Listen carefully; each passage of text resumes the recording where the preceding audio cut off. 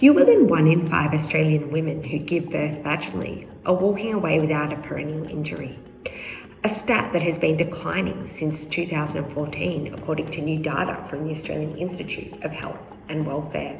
With my episiotomy scar, I couldn't really sit properly for about 3 to 4 weeks.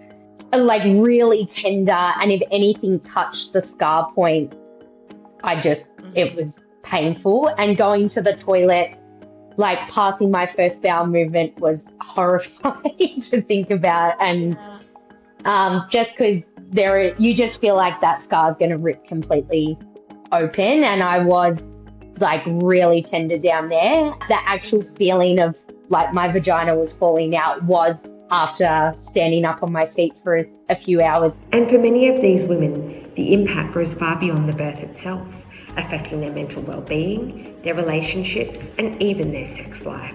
So perineal tears are basically tears that occur during the process of childbirth in the perineal region. And, often we talk about perineal tears, but you could also have tears in other places. The perineum is the part that is between sort of the opening to the vagina and the opening to the anal canal. That's the area anatomically called the perineum.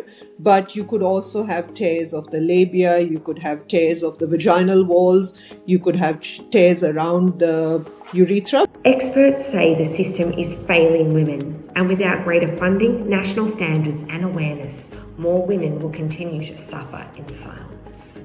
Well, birth trauma could represent psychological or physical trauma from events that have occurred from childbirth. And that can have long-term impacts on well-being.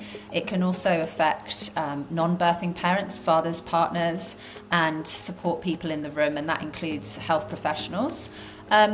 So psychological trauma can result in post-traumatic stress disorder, anxiety or depression, and other mental health challenges. And it's really interesting because obviously we've seen conversations evolve around recognising depression or anxiety in the postnatal period, but there still seems to be a huge gap in awareness on post-traumatic stress disorder that can occur as a result of birth. The level of psychological impact from birth trauma is probably really under-considered in the obstetric and midwifery space.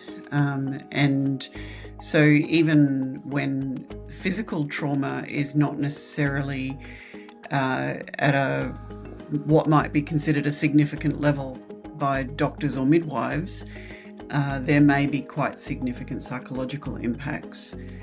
Obviously, when people have experienced very significant physical traumas with severe tears, impact to function, that probably creates a cascade of additional impacts.